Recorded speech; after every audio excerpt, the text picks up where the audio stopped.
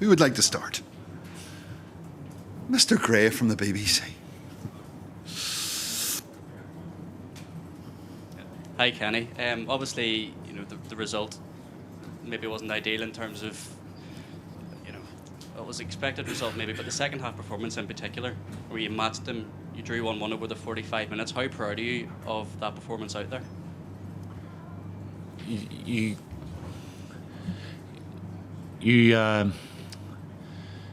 It's not good to think you've done well and you've lost 4-1, so I got to look at the whole game. You're correct in what you're saying. It was a really good last hour for us. We changed it with about 10 minutes before half-time. We were too brave. We tried to open up spaces on the pitch where, by taking a lot of risks, and by taking those risks, and you're up against the likes of Hansen and Heidelberg, you're up against the two of the best forwards in the world. And you look at our players, they played. We don't play against that type of player that often, and we made mistakes, and we were 2-0 down, and then they get a penalty where the ball hits the player on the arm, the upper arm, and the Nordic referee, who was refereeing a game involving a Nordic team, gave a penalty. But I don't for 1 minute say it was because she was the referee. I'm just saying those statistics were there, and it made it really hard for her to referee. And UEFA are very precise, and they tell you what to do, and they're so exact. And I think that was a boo-boo. But most referees under the new ruling would probably have given it anyway. But I'm just saying it was tough for us. But over the game, I don't want good losers. We can say we done well, which we probably did do well. But I feel that we can't be satisfied by just being good, because anybody can be good. We need to be better than good, and hopefully we'll be better than good in our next game. And in terms of the overall feeling in the squad after the game, after the match, it was obviously a big occasion for them. Their families were all there watching them. To put the whole night in context of what it means, we've talked about it, this history-making night, this history-making campaign as a whole. It's so much more than just the 90 minutes out there. Yeah. What was the question? Well, it was in terms of what was the overriding feeling in the group, because there's the natural disappointment of losing the game, but at the same time the pride of having their family there watching and performing that stage. Our thoughts are focused on Simone McGill. She's got a bad injury. We're worried about that more than anything at the moment, because when we came in 3 years ago, the programme for the 3 years was actually over 2 years because of the overlap. And,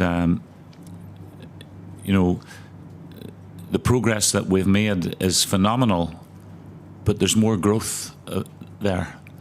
And we have to play high risk to speed up the growth. If we play high risk and speed up the growth, then we're getting better and we're learning more about ourselves. And tonight we learned more about ourselves. That was the plus that came out of the game for us. At times we were opening them up in the second half and the latter stages of the first half, and in certain parts of their team we got in behind, and with quite a few attempts in around the goal. The best team won the match, but having said that, we learned so much from the game tonight. Absolutely. And just finally on Simone's injury, I know you said you think it's bad, but can you reveal what particular area it was that she injured? Or it's her knee. But I'm a football coach. I'm not a doctor, but I don't think the signs are good. Thank you. You talked briefly about the Nordic referee. Do you believe there shouldn't have been a Finnish referee refereeing Norway today? I don't think it's appropriate.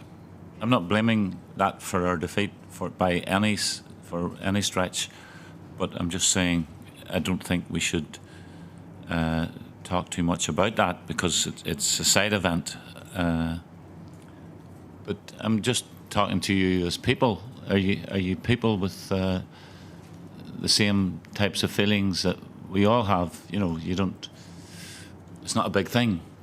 It's just a passing comment. So don't worry about it. Okay? Adrian? Hey, Kenny. You said yesterday that you wouldn't change the way the team plays coming into this tournament. Given the way tonight unfolded, you were 3-0 down pretty quickly. Would you reconsider that for the next couple of games? What are you saying? Sorry. You said yesterday that you wouldn't change the way the team played, their style of play coming into the tournament.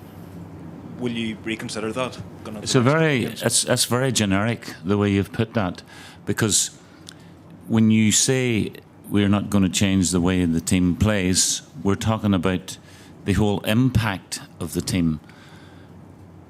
What I'm saying is, and I'll put it in more layman's terms for you, you don't change the way you want your team and the players within the team to improve. Because anybody can be good, but can we get better? So in order to get better, you have to take high risks.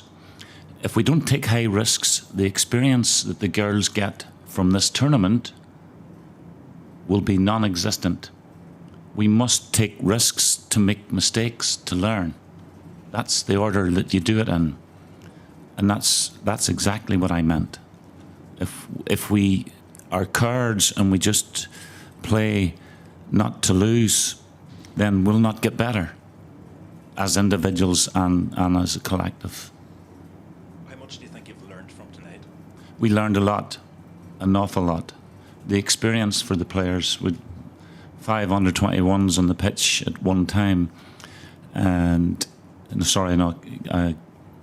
Kelsey come off, but Emily and Caitlin, and we've young players who needs to grow because we're into their project. And if you look at our project, it's about over a 5 to 10 year period.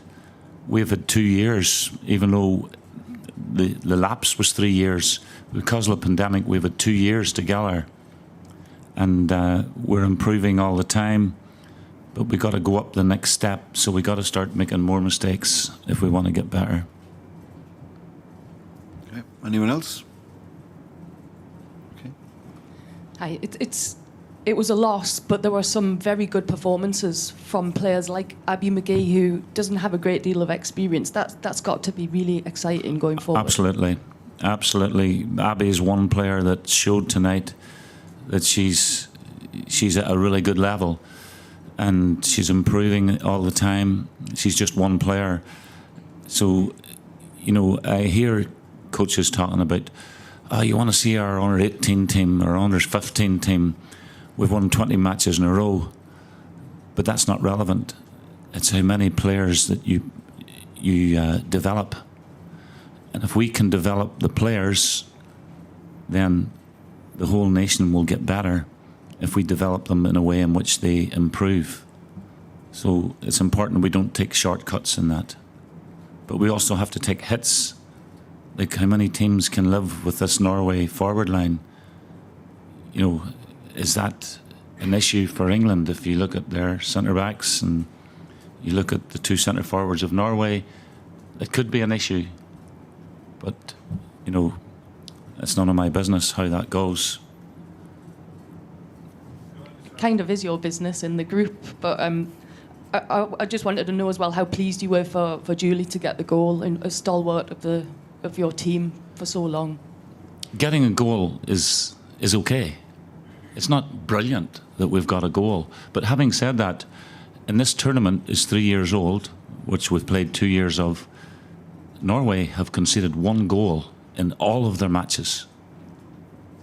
So it does have a bearing significance in what you're saying. Yes, it's good for Julie to score, but it doesn't matter to me who scores. As long as we can We got a goal, we got momentum. You could see the girls getting more self-belief from that.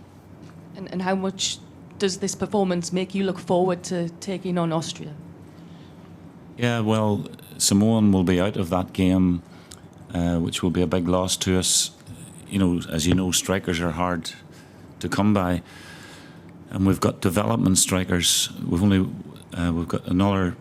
We can play different systems of play to allow for that. But Austria is a big fish also, and we have to make sure that we compete against them.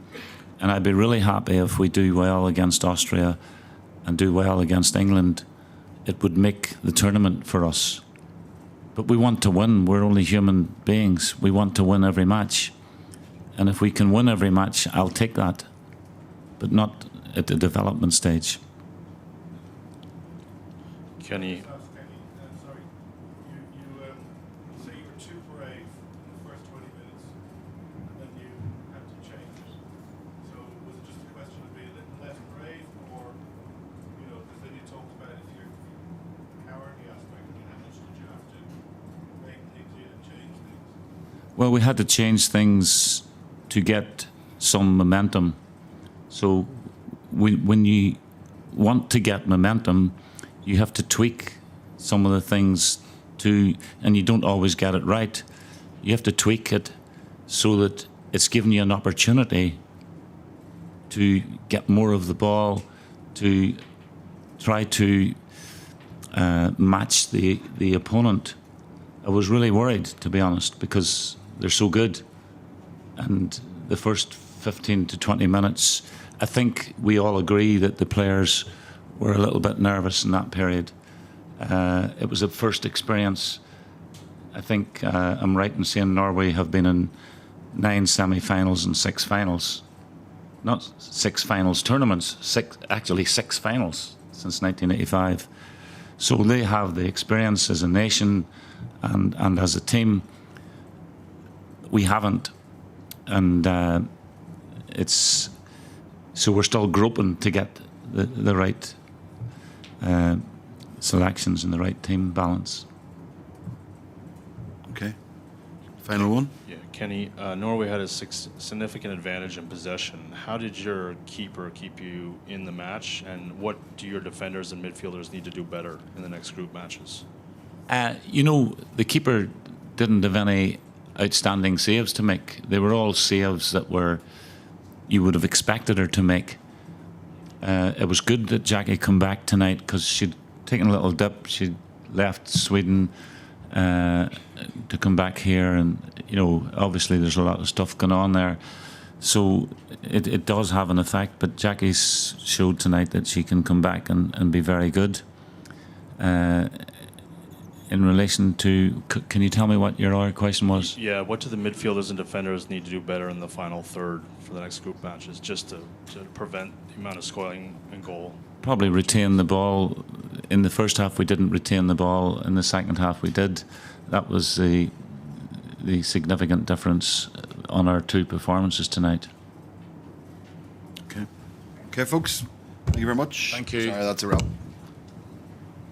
What paper are you with? Are you English? Yes, man. Norwegian, go ahead. Okay. Sorry. One more for the road. You mentioned Norway's forward line, and Caroline Graham Hansen was man of the match today. How will you describe her performance today? Excellent. Really good. Really, really good. Unfortunately, if it hadn't been against us, I would have enjoyed it. But I couldn't enjoy it tonight. Thank you. Thank you. Thanks, folks.